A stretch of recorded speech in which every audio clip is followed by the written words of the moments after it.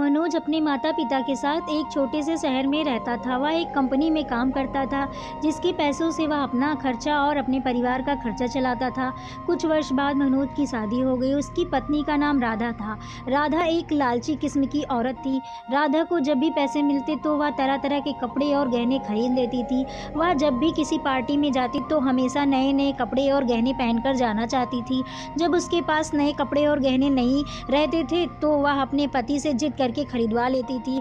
उसकी लालच से उसका पति भी तंग आ गया था। मनोज राधा को हमेशा समझाया करता था कि हमारी कमाई उतनी नहीं है कि मैं तुमको हर जगह जाने के लिए अलग-अलग तरह के कपड़े और गहने खरीद कर लाया करूं, मगर राधा उनकी बातों को मानने के लिए तैयार नहीं होती थी।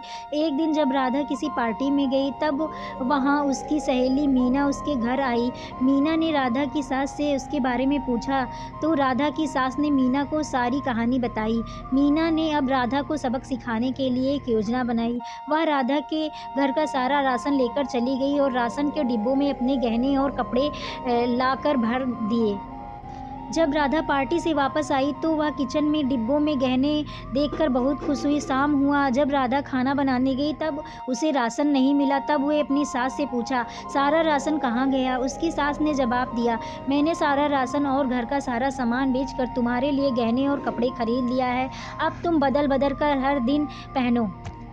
राधा बोली, मगर खाने के बिना मैं गहने और कपड़ों का क्या करूँगी? तभी उसकी सहेली मीना आई और उसने राधा को सब कुछ बताया कि यह तुमको सबक सिखाने के लिए किया गया था।